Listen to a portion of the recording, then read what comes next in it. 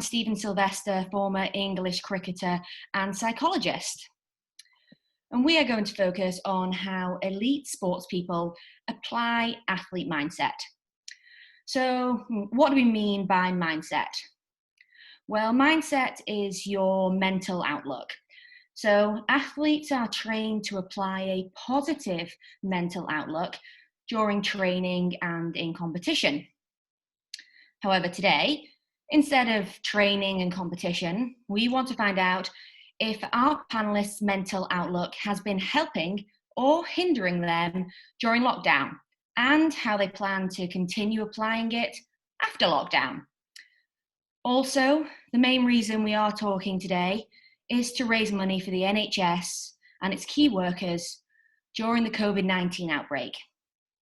The last few months have been a difficult time for many, and we encourage the audience to please donate throughout.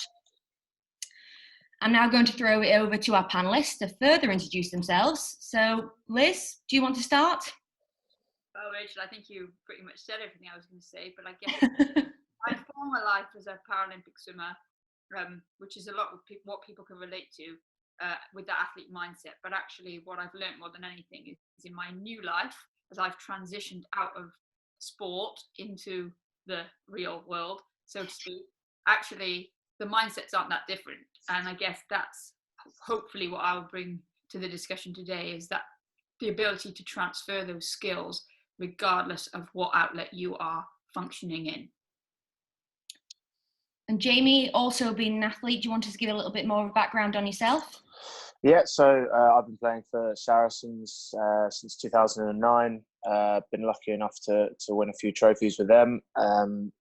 And I've played 49 times for England, desperately waiting for one more to get to 50, and was lucky enough to go on the 2017 British and Irish Lions tour. So hoping to pull together some experiences from that for a good conversation. Thank you. And Steve? Yeah, good morning, everybody. I've been a chartered psychologist for almost 20 years. And I've been working in elite sport and business, basically as a business psychologist, applying to elite sport and then back to business in terms of how you can improve your mindset and do what you do. All right, thank you guys. Well, we're going to jump straight in. So Jamie, I'll start with you. I mean, what state of mind have you been in over the last couple of months? And I mean, really, would you say it's been much different to usual for you? Yeah, it's been massively different, really. Obviously, everything that I've ever known really has been in and around a team environment. And you know, what this lockdown has proven is that I don't think people who are used to team environments aren't particularly good at working as an individual. And it's given me a huge amount of respect for people like Liz and people in individual sports, Olympic sports, who have to train on their own a lot of the time. It's certainly challenged me. You know, I've had to sort of improvise with regards to how I train, and sort of my motivation for training, I guess, has been tested at times, I have to say, because a lot of where my motivation comes from is from other people. I'm very competitive naturally, and I want to try and compete against other people. And I guess the element of the unknown recently, I think I've been struggling with the unknown of when we're going to be back training. There's a lot of unknowns of what's happening with Saracens at the minute, so. That's certainly challenged me, and it's been tough, I have to say, but I'm sort of managing to get through it. And I've learned a huge amount in this time as well, I guess. You know, everything that we in a team environment gets given to us, everything gets handed to us.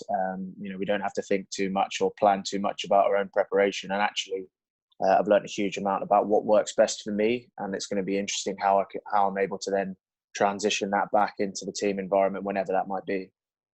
And have you been able to give much support to your teammates? I mean, you are pretty well known as a team leader, both Saracens and within English rugby. Yeah, my leadership again has been tested certainly in this time, mostly because of the uncertainties around when we're going to be back playing. There's been obviously quite widely spread talk around us all taking pay cuts and all the rest of it. So I found myself being the sort of linked man between the playing squad and the board. And that, again, is something that I'm pretty out of my comfort zone with. But I guess the most important thing for me in terms of my leadership style and my leadership skills, I guess, is that, you know, the one thing that I want to be known as a leader is authentic. And, you know, I like to think that the guys can trust me, and, you know, I need to make sure that I continue that and make sure I'm as transparent as I possibly can be throughout those conversations. And, you know, we all know what rugby players are like. They're just desperate for conversation, and everyone's missing each other, which is nice. But yeah, it's been interesting to stay in touch with guys and find different ways of staying in touch. And Liz, I mean, picked up from Jamie there about it is different being between a team sport and an individual sport, and you being a swimmer. I mean, do you think that individual sports mentality has helped you more? I think it's very different. Like Jamie said, there's a different level of ownership. You've got a bit more freedom as an individual athlete to make your own choices, because we're both teams. As a swimmer, you get an overall objective for the team of what you can do and what you can't do. But that's about the limit of your interpretation. The rest is down to you.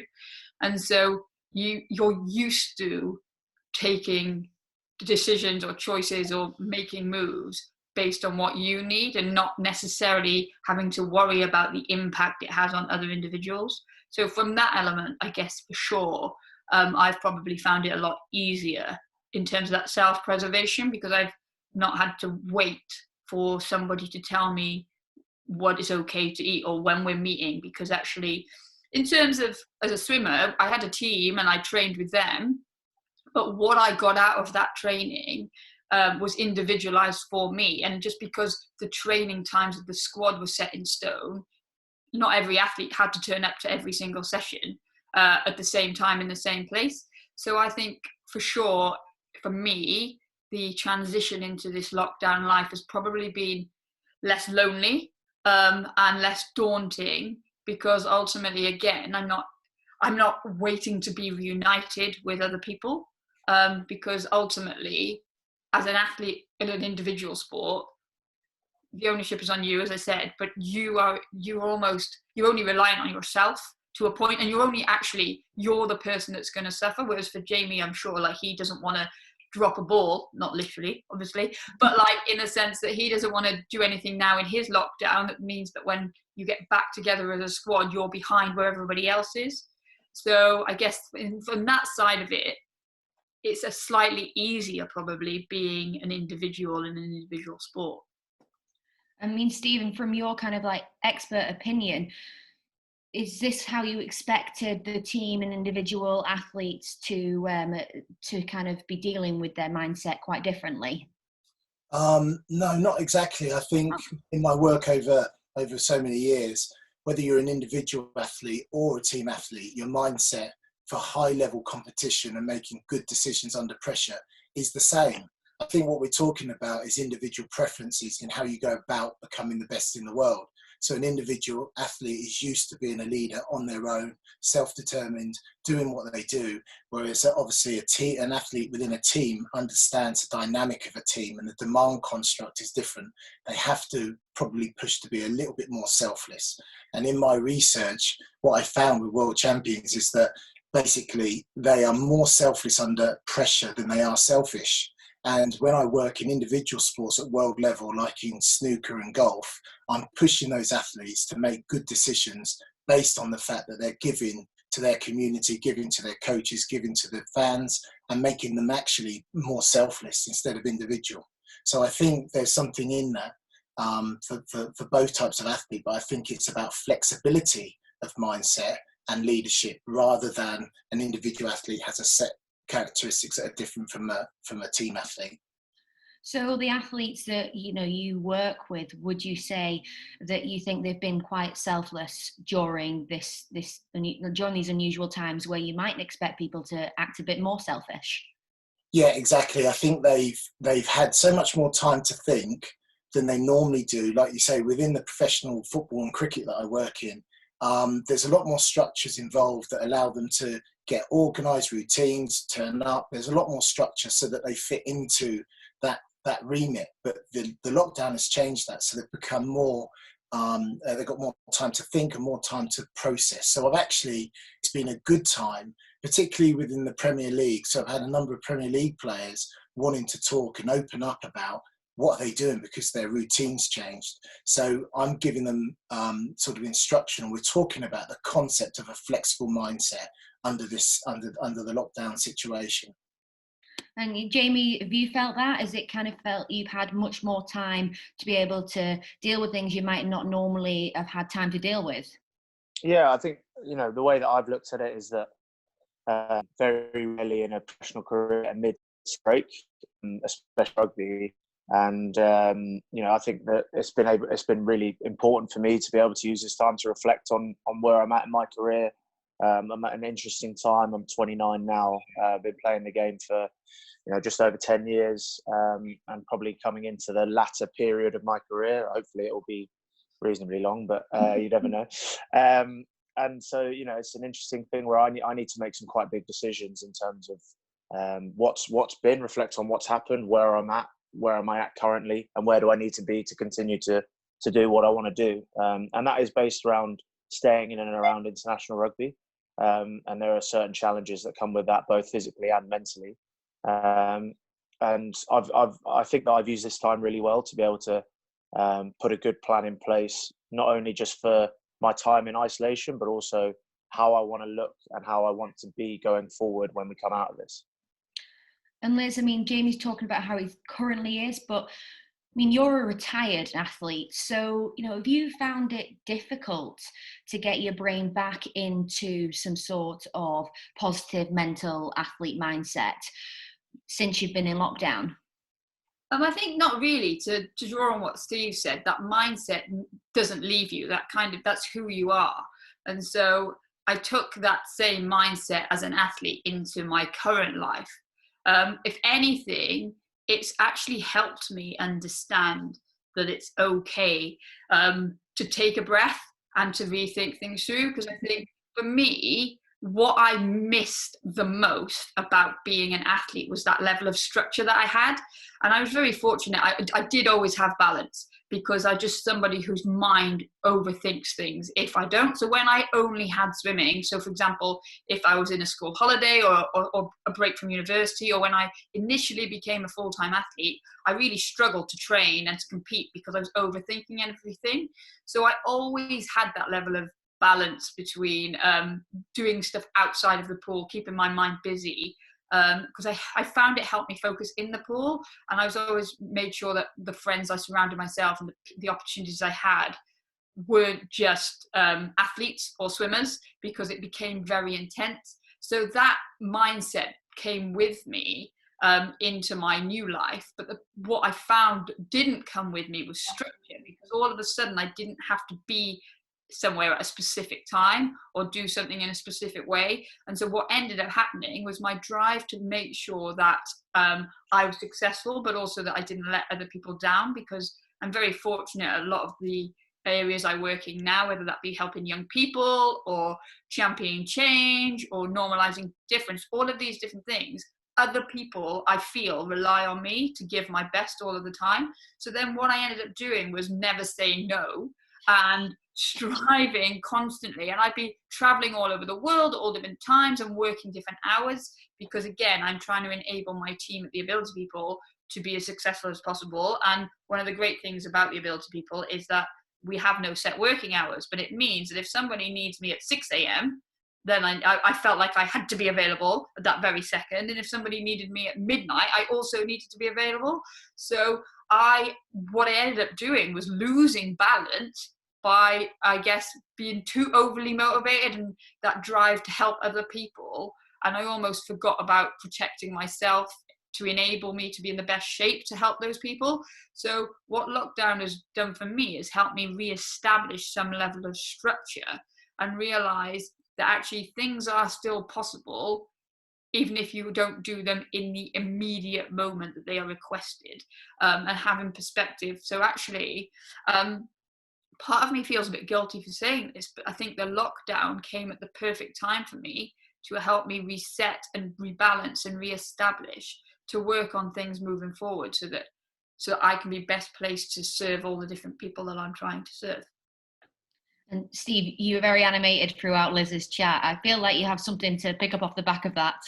Oh, I just think it's great because I think there's a culture change moment happening across all industries, across all humans, which is that it isn't about necessarily a mindset that can do something really well in a particular chosen subject, and then you get flooded with lots of opportunities and then you're just so busy. It's what Liz said, it's balance, and it's about taking the physical side and the mental side and getting that balance right. And I think the culture change bit is to say about mental health. So it's a shift from a flexible, from sort of the positive mindset stuff to much more, is my mental health good enough to make me feel free?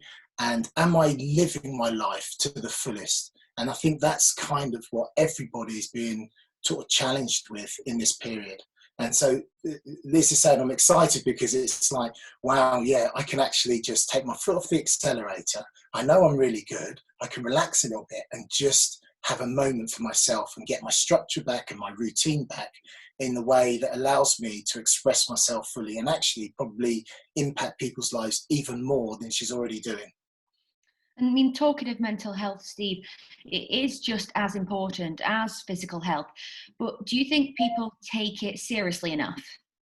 No, I think there's a misconception. So when you say mental health, people feel you're talking about mental illness, which is something totally different. It's, we need to almost recalibrate what mental health means. Because, like this is what I talk to, particularly Premier League footballers who spend 2 to 3 hours a day on their physical training. Right, so they're training and they're machines and they're working hard. And obviously, Jamie can relate to that. But when you ask them, well, what do you do for your mental health? They go, what do you mean? I don't know what you're talking about. And they really haven't got any narrative to explain what mental health means. And for me, it's about a preventative methodology that allows them to continually, each day, work on how they think, how they feel, and how they act. How does all that come together? And are you feeling okay? Is your heart and your head aligned? Are you having fun? And are you just living the moment and actually staying in the present and really enjoying yourself?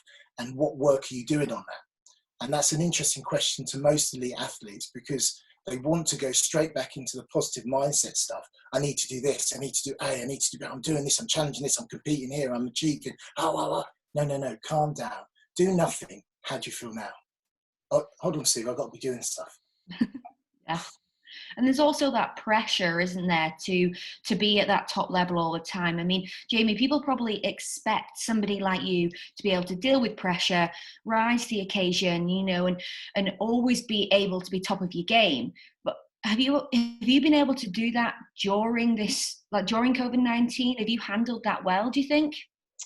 I think I've handled it reasonably well. Yeah, I think as professional athletes, you get stuff thrown at you constantly, whether it be from the media or from different coaches, and I think that equips you pretty well to be able to deal with what we've done. But again, it has been hugely challenging, and I think there's probably times where I've dealt with the pressure well, but also times where I haven't, and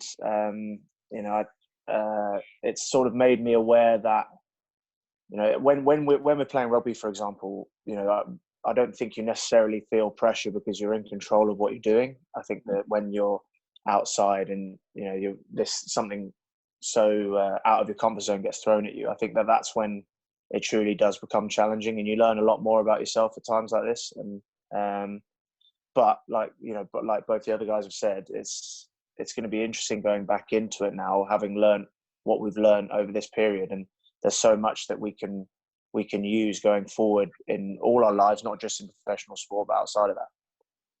And as we said, it's very hard to always kind of be at the top of your game. I mean, Steve, how natural is it to have good and bad days, especially during lockdown?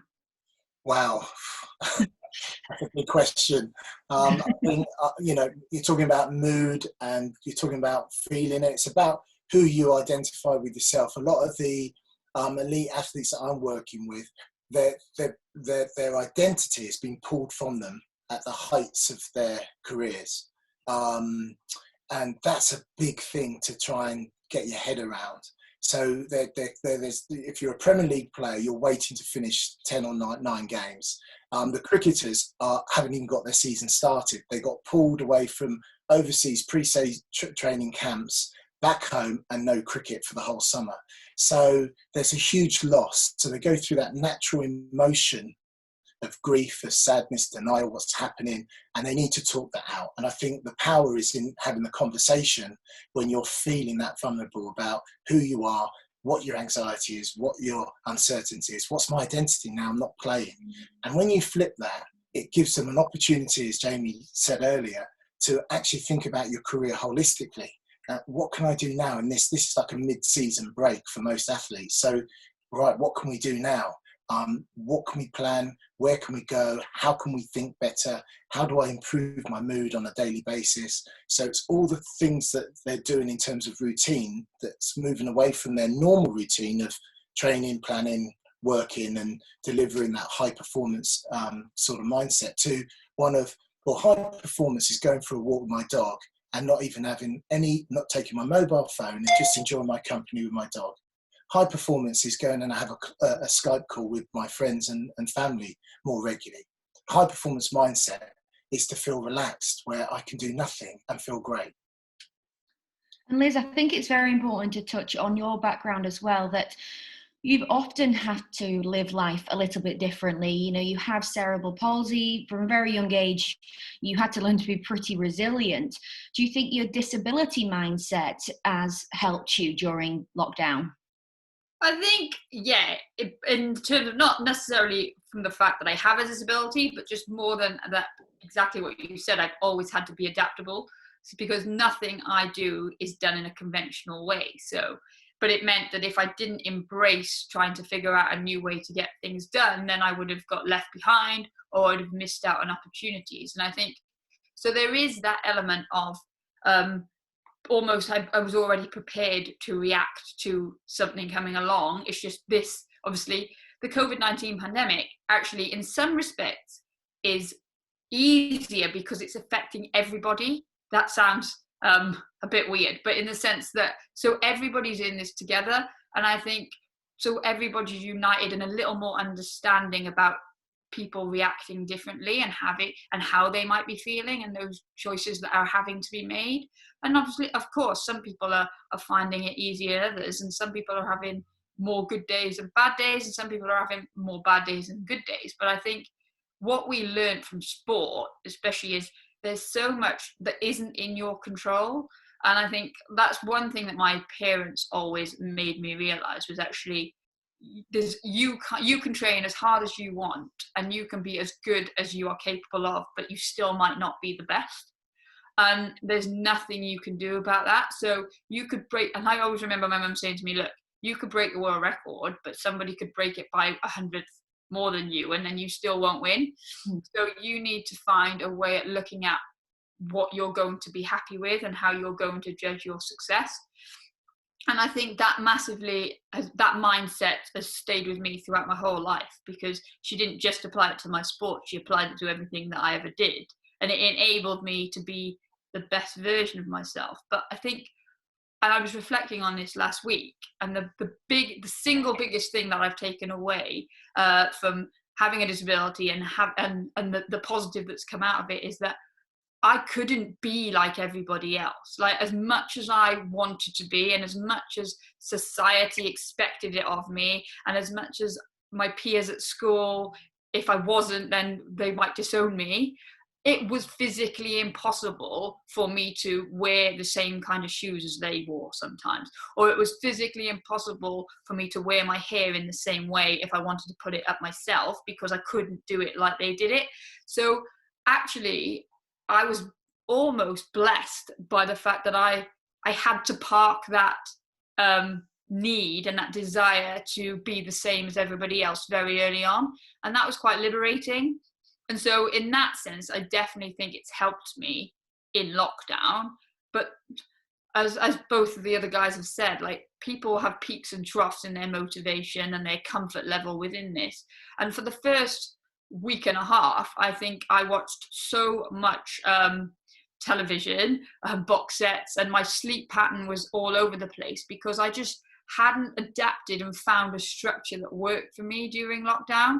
But now actually I've found that balance, and so it's taught me that actually to refine that balance, and all of those principles I applied being an athlete still apply to life today. So even if you're not an athlete, or you never wanted to be an athlete, or you don't feel like you've got an athlete mindset, everybody's got a different idea of a World Cup trophy or a gold medal. And actually it's about picking out the bits that make you who you are and strong enough to deal with change, and not judge yourself compared to other people. So yeah, I think having a disability instilled those things in me that we all hopefully learn through life, but I guess I just had less choice about how and when I learned them. Well, can I just add, I think that's just wonderful, particularly hearing what your parents or your mum said to you, Liz, because ultimately what she did there and what you experienced was the notion of feeling comfortable with being uncomfortable, being different because of your disability. And, you know, what the lockdown has done has made everyone feel uncomfortable. And it's those that begin to feel comfortable with the difficulty of the lockdown are the ones that are starting to have a good mindset, a good mental health. So I'm okay with feeling uncomfortable about who I am, what I'm doing, and so on, because I know this is what I'm born to do, or this is the things that I love doing. These are my hobbies, these are my interests. Whatever you're doing in life, it's about that feeling of dealing with the adversity. And that's a special skill, really. It's a special skill of leadership. I mean, Steve, do you think that people will, sorry, do you think people during lockdown and as we start to transition out of lockdown will change how they talk about their feelings because of everything they've been through?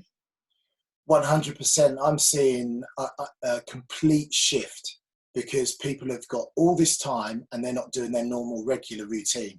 So people have got time to talk. So I'm talking to more players in all sorts of sports than ever before, speaking to more execs in business because everybody's feeling different because of the situation. So, and I think this is a culture change in our country in terms of moving people to say it's okay to talk about how I feel, who I am and what I'm doing. If I'm not okay, if I talk about it, I'm going to be in a better place. We have a society and a humanity that is reluctant to talk about how they feel.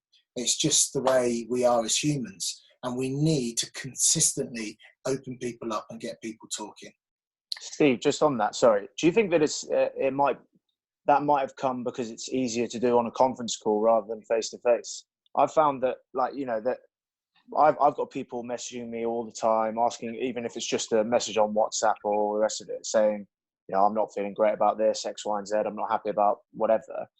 And I've had that so much more now than I would have ever done day to day at the training ground. Yeah, I totally agree. I just finished a contract in September with the West Indies cricket team, and I came home, and because I'd done a lot of travel around the world, I decided to try and move my work remotely last September. And what I found, particularly working in football, there were players saying, Steve, I see you every 2 weeks when you come to the training ground or go to a match. Now I'm speaking to you every week, and there's a complete difference in how I feel because I'm able to talk to you on a consistent, regular basis. And the technology allows you to actually have the conversation, and therefore it's only the conversation. Whereas if we met face to face, we would have more banter, we'd be more distracted. But the concentration of a call allows you to get out some of your feelings and some of the things, and it's just fostering the ability to talk out how you feel. So I'm doing, 3 or 4 calls a day at times with athletes, just doing what we're doing now. So I would urge everybody who's listening to this, go and talk to people. This is a great time for talking. And actually, talking is the first key to prevent poor mental health. And then that allows you then to make good decisions when you return to rugby, football, whatever your sport is. I mean, Jamie, we all know that communication is pretty much the key to teamwork. Do you think it's going to be something that you're going to enforce more when you're able to go back to training? Yeah, I think so. I think it's something that we as a club at Saracens are very good at. We have a lot of conversations. We're very value driven, and we're actually using this time to sort of reestablish and reevaluate what those values mean to us and whether we need to change those things. So, we've had Zoom meetings this week in small groups around, what it means to us. We're having a lot of change at the club, obviously with the relegation and all the things that have gone on. And so, like we've all said, it's a good time for us to be able to reflect and evaluate and speak about the situations that we're in. And I found that, I led one of the conversations with a group of about 6 lads, and actually we spoke about the values, and that's why I said that, Steve. We spoke about the values for probably 6 or 7 minutes out of an hour, and actually most of it was how people are struggling with that, or doing well with other things. And it's actually really interesting that we got some good work done, and we've got good stuff to feed back. But probably the best thing that I took out of the conversation was that it was just a great opportunity for people to open up and speak about what they're going through. Yeah, and that's key, Jamie. I mean, that is value in itself. Just even because I know other clubs in other sports haven't done those sort of meetings. So just that they're organised and that you're speaking is a really good thing. I know some cricket clubs have, but and they've had quizzes and they've had things to do. But I think the art of value in a conversation and really saying, I'm okay, how are you feeling today, what's going on in your life, it's a great time to do that. So I applaud Saracens for that.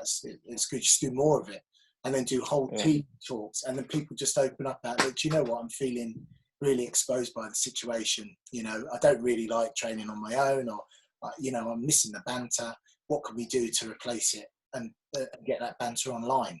Yeah, and I think it's interesting because it's something that we've done for a while, and we talk about a lot of personal development and all the rest of it. And one thing that we did, which at the start, it just you can imagine when the team psychologist brought out conversation cubes, and they're the most old school budget looking things, and you roll the cube and it says what's your favorite holiday you've ever been on, and we're all just sat around, it's at lunch, and everyone's thinking what are we doing here? But actually, it turned out to be something that we actually ended up looking forward to quite a lot. And because, you'd find out stuff about people that you never, I've got mates that I've played rugby with for, 5 or 6 years. And I actually, how deep is the connection and relationship that I have with them in terms of what I know about their past and what their drive is and all the rest of it.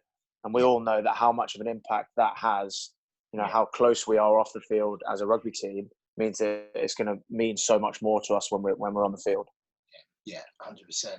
Yeah, it's just unbelievable. I mean, the art, like I say, of getting closer and having those deeper, richer conversations is key, particularly when you get back out on the field. Because when you get back out on the field and do your thing, you know what you're doing, you know how to play, everything's normal. But it's those pressure moments when things are going wrong that the deeper relationship base gives you another extra gear.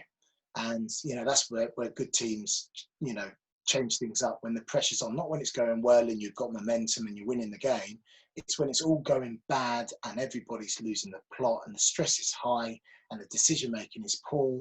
It's those moments, that the quiet times during the lockdown, that you've had the conversations and you've got to know them intimately, their likes, their dislikes, who they are as characters. You can even start to then have some of those remarks or ideas come out on the pitch, and there's some banter and there's some light relief. And a lot of people watching don't appreciate that there is light relief as you play. There is things that go on that make you have a bit of fun whilst you're playing. And you can only get that fun if you know the person. And I think rugby is very good culturally on bringing people together and having that relationship. It's probably because you're hitting each other so hard, Something like that, yeah. I mean, Liz, you've obviously spoken about your athlete mindset, but when we start to transition out of lockdown, you're not going back to a swimming pool. You've moved on from that and you're going to be going back to the workplace. What changes do you think that you're going to be able to put in place that you've learned from lockdown when you get back to work? I think what lockdown has reminded me of, and I've touched upon it already, but the link between how that mindset of an athlete doesn't necessarily need to be left as being an athlete. It can work for everybody.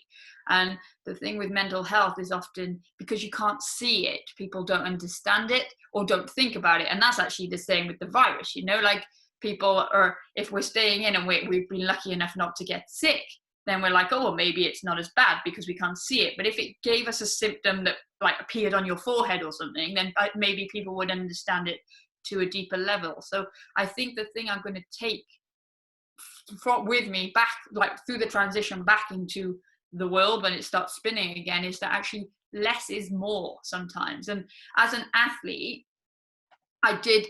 you learn that as you get older, because you think that you always need to be pushing, you always need to be doing more, being active, being physical to get fitter and fitter. And you neglect that part of your mind, because as a youngster, which is where most people start on their journey, the coach knows more than you know.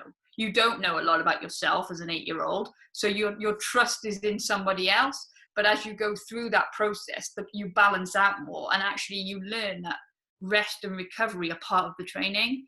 And that's no different in life, in the world, whatever role we've got in the workplace, whatever role we've got within our families, or our social circles. In order to be the best version of ourselves, we have to take care of that holistic view, and your physical health, but also your mental health. And I think so that for me is going to be the important thing, is actually can't see still needs support and still needs treating. And actually that thinking time, that rest time, that recovery time, which is what makes us feel uncomfortable. And so often that's been one of the biggest barriers to remote working, is that, well, if you're not in the office, then you're obviously not working hard, because why would you be working hard if you were at home and no one can see you? And but actually you can be present somewhere physically but not be giving 100%, because you might not have 100% to give. So that on the transition out of this, I hope that everybody's a little more empathetic to different ways in which people can be effective, and normalizing that difference, and actually realizing that we don't all need to be lifting the same weight or doing the same amount of chins or sat at our computer for the same amount of time in order to be effective, because actually we are all built differently and we are all wired differently. And so I guess it's more about that normalizing difference, and realizing that actually ultimately the people we need to be true to are ourselves, and the people we need to answer to first are ourselves, and then we're in a position to contribute to whatever other greater causes out there. I mean, well, what are you looking forward to the most then? With all those things in mind that you're excited about pushing forward, what are you looking forward to the most as you come out of transition and back into that environment? I think genuinely I'm looking forward to having a bit more time at home, because between maybe October and then Christmas, and then from the 8th of January until the day that I stopped going out, which was March the 21st, I probably didn't spend more than 2 nights a week in my own house. And I definitely wouldn't have spent that much consecutive time in my own house. And actually, I couldn't tell you the last time that I spent this much time by myself. And actually, it's been quite refreshing, and it's taught me that I'm capable of it. And actually, it's not as scary as I thought it might be. And I think, because when I was swimming, I was always part of a team. We were either away on camps and competitions, as you know, or then we'd come back and I would still be back in the thick of it. Like, I might get away with a Sunday where I didn't have to leave the house, but ultimately I always had a housemate. So I was always with somebody else. And actually, even now, I busy myself with work, with social stuff, but I'm rarely on my own. And actually, even as a child, I was never very good at that. So I think what I'm looking forward to is having that opportunity to have a bit more headspace for myself, spend a bit more time by myself, and know that it's okay and I'll survive. Yeah, I mean, we're all very positive people. Clearly from this chat, we find the best in things. But Steve, are you expecting people to, we can't forget that people will be struggling, and what are you expecting people to actually struggle with as they transition from lockdown back to, and I say this very loosely, normal life? Yeah, I think it's trust. I think the lockdown has taught us that, particularly in the workplace, whether it be sport or business, we can trust people to do their job. We don't have to oversee everything that they do and constantly monitor and have those checks and balances. If we give the relationship more trust, as Liz was saying there, that we can get a lot more out of life. So I think, yeah, it's helping people understand, both employees and employers, the idea of trusting one another and building that relationship. But like you say, there's a lot of people suffering at the moment, and I give elite athletes and children and NHS workers and everybody the 5 a day. I do a process called the 5 a day checks for mental health. So that's listen, smile, have fun, put the effort in and give to others. So those 5 things are key for mental health, and I help guide people through them. And you take 5 minutes each morning to do a regular routine, to do your listen, smile, have fun, put effort in and give to others. And when you do that, I've seen people transform their mindset, their mental health. So I encourage everybody to think about those concepts. I'm just about to launch a short film with my son Zach, who does the video editing. So we're going to do a short film on the 5 a day, but it's something that's working really well at the moment, and people are doing that, spending 5 minutes just embracing those things. And there's 5 questions, and they work through them, and that's helpful to anybody at any level doing anything in the world. And Jamie, we know that as athletes, we like to kind of be in control, because that's kind of how you can set your focus. And a lot of that is goal setting. I mean, have you set yourself any goals, even though everything is kind of out of your control, for when we all try to go back to life after lockdown?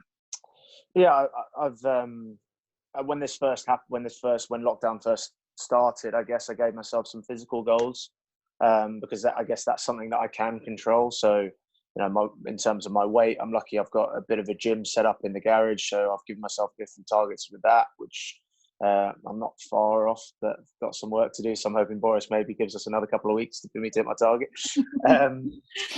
But I think the most important thing for me is like Steve said and Liz has said, that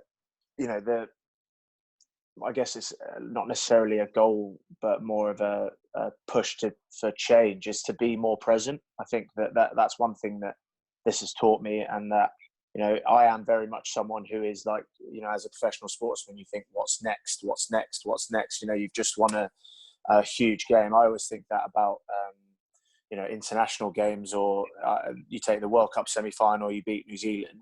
And immediately, instead of staying present and you're being in the change room, you're immediately thinking about you're playing in a World Cup final, you're doing X, Y, and Z, you've got your family coming over.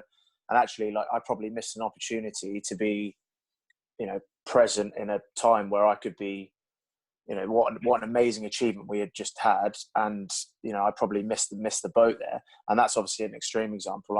I'd like to think that I'd transfer that across into conversation, into the way that I listen to people, because I think that generally all rugby players certainly are terrible listeners, and it's something that I use coaches as an example. They always come to us with an idea. What do you think about this line-out move, or whatever play? And without even listening to us, they know that they basically just want our confirmation rather than listening to our opinion. And I often do that well when I talk to younger players. I give my opinion, and instead of listening to what they're saying back to me, I actually just sort of take out the little parts that fit into what I need, rather than actually having the conversation saying like, okay, I understand what you're saying, can we meet in the middle? And so that's something that I'm aiming to be a lot better at. And it might take a bit of work, but hopefully I'll get there. It's great reflection. It's great to hear you talking so candidly and open about it. And I think the key in this period is to be more open, look at your choices, look at what's uncomfortable, and be able just to be okay with it. Do you know what I mean? It doesn't really matter. I think it's interesting that, like, as a, that's one big thing that I've realized about myself in reflection as a leader, I guess, is, you spend 2 or 3 days, you use a team talk, for an example, before a game. You use 2 or 3 days beforehand to start thinking up what you're going to say, and you build it up massively. And then actually, the small conversations that you have, you want it all to go your way. And it's so funny when, so I'll be having a conversation with someone and saying, this is what I want you to do. What do you think?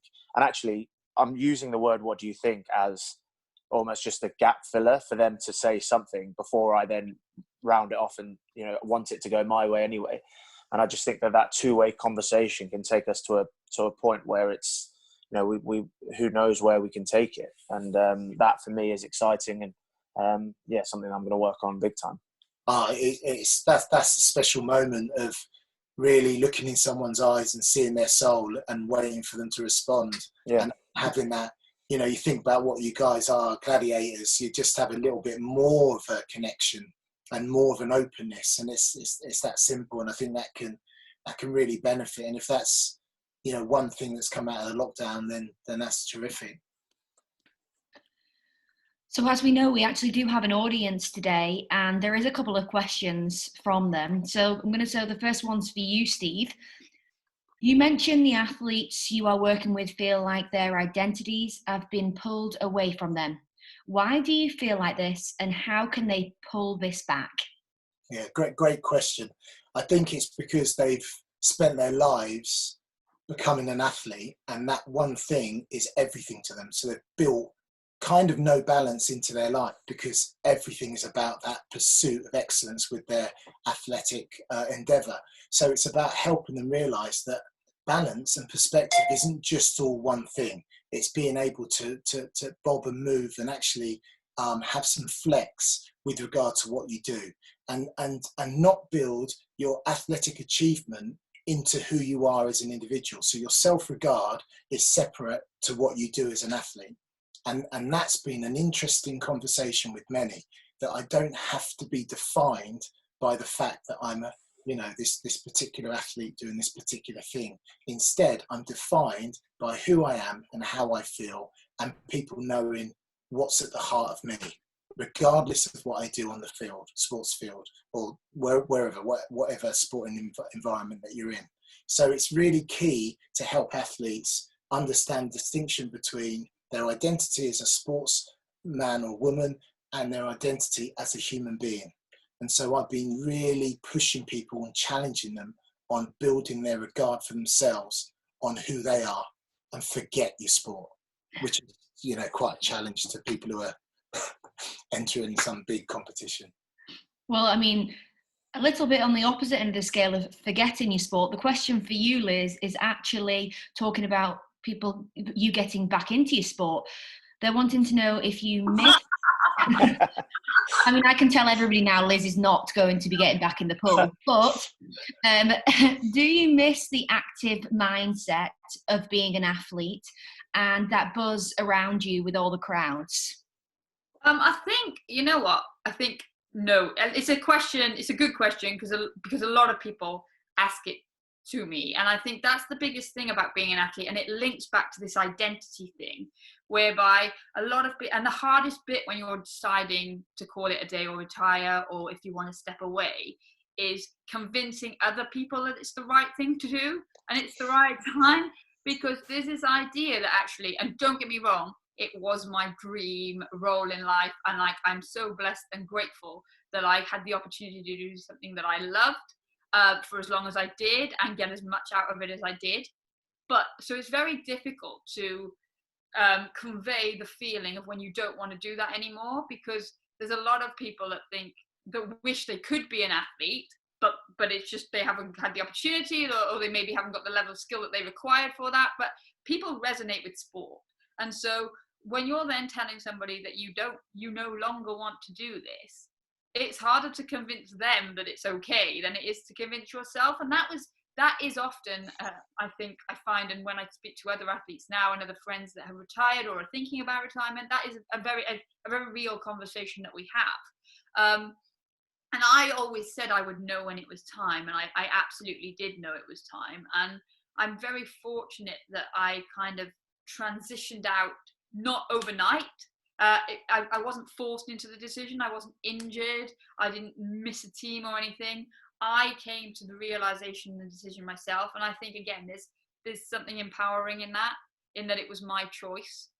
So I could take a level of comfort from that. But it also meant that, like, similarly, like Jamie said, he's been using this time to maybe look at, not now, but like what he might do when this is real life and there is no more weekly rugby matches and training every day.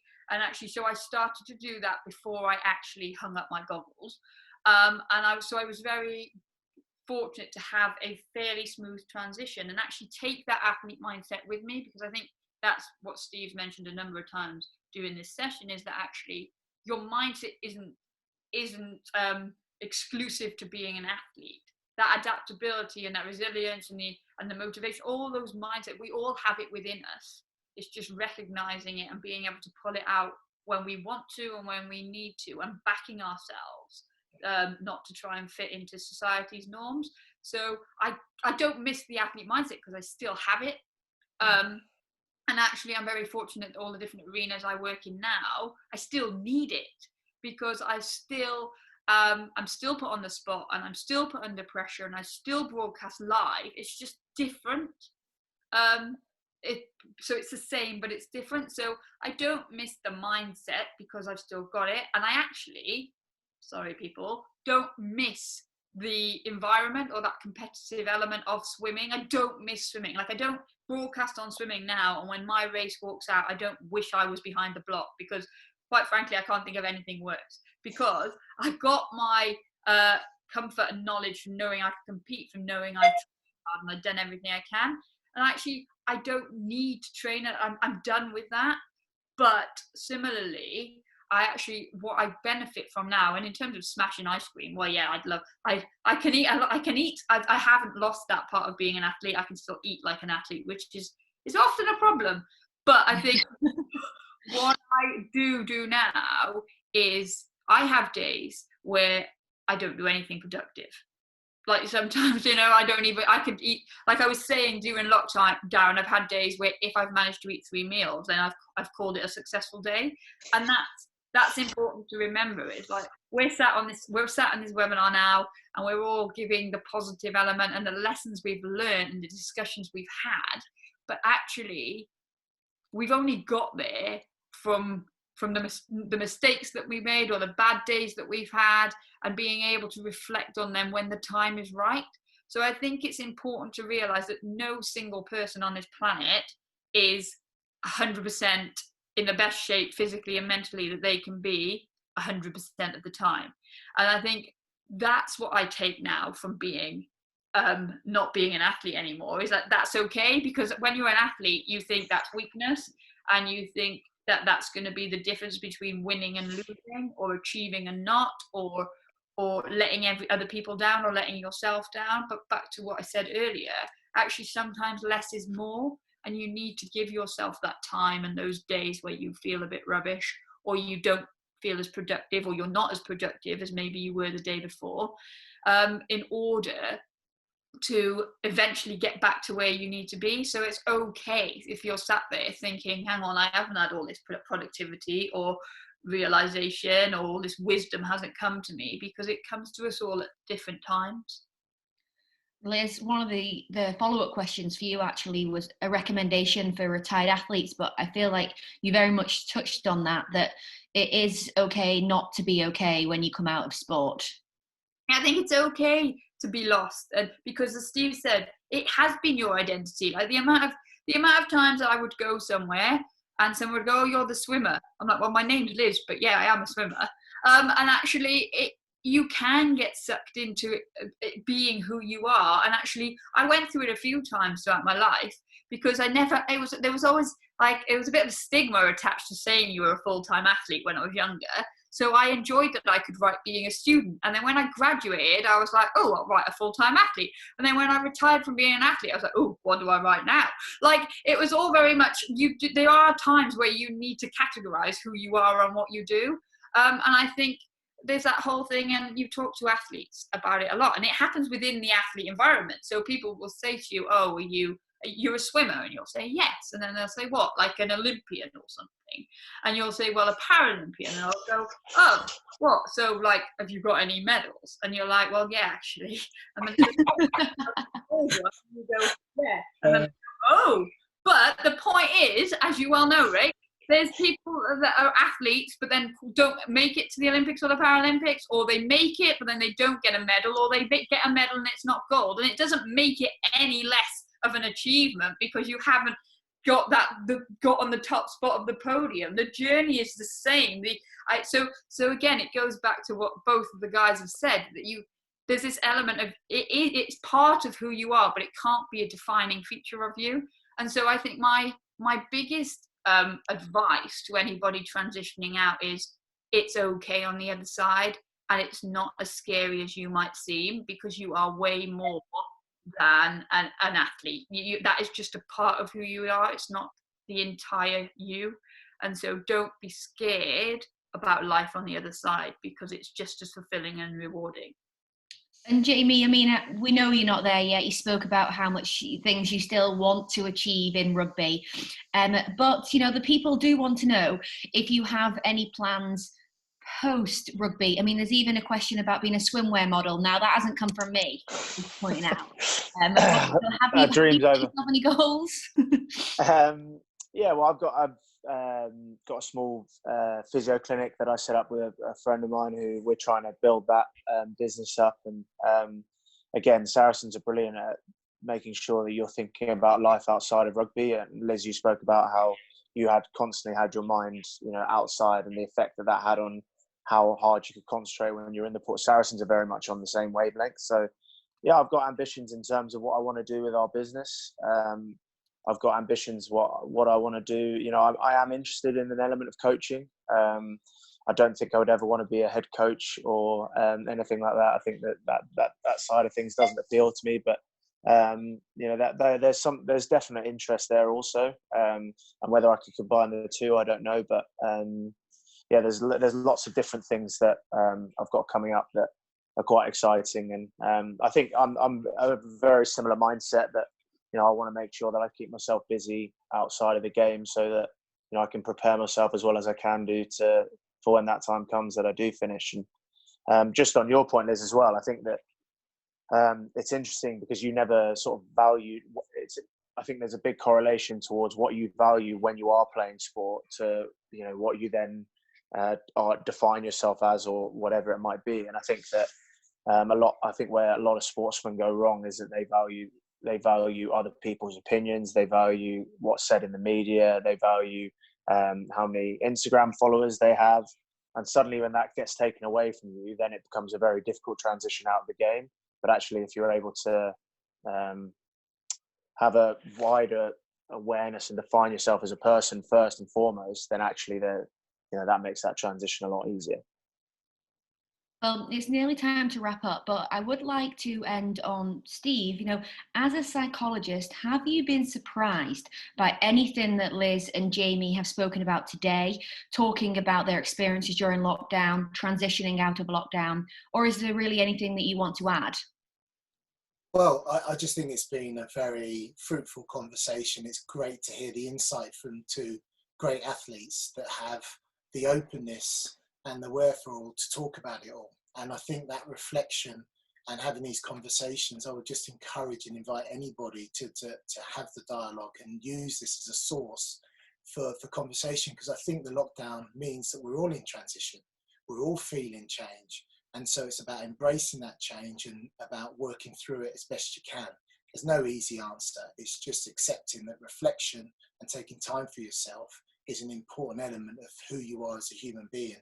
And I think the lockdown has really, you know, highlighted that more than anything. With transitioning athletes, I would say that picking a date for when you're retiring is quite a good thing to do. And I've found that it's only the best athletes generally in the world that can pick a date and a game or a competition that they're going to retire on. So I do encourage footballers and cricketers who are retiring to pick their date for when they finish and actually manage the transition period. And equally, for people going back to work or people having difficulty, what can you do to actually manage that transition and not avoid things, but face them, full in their face, and just say, right, look, you know, I need to challenge myself on these things and look at them, even though they're quite uncomfortable, or I'd rather avoid them. I think that's an important element too. Well, thank you, Liz, Steve, and Jamie. And obviously to our audience for getting involved and donating. I'd just like to say, you know, everyone look after yourselves physically and mentally during these unusual times. And I'd like everyone to continue to support the NHS even after we come offline, and donate to such a fantastic cause to help throughout the COVID-19 outbreak. Thank you. Brilliant. Thank you. Thank you.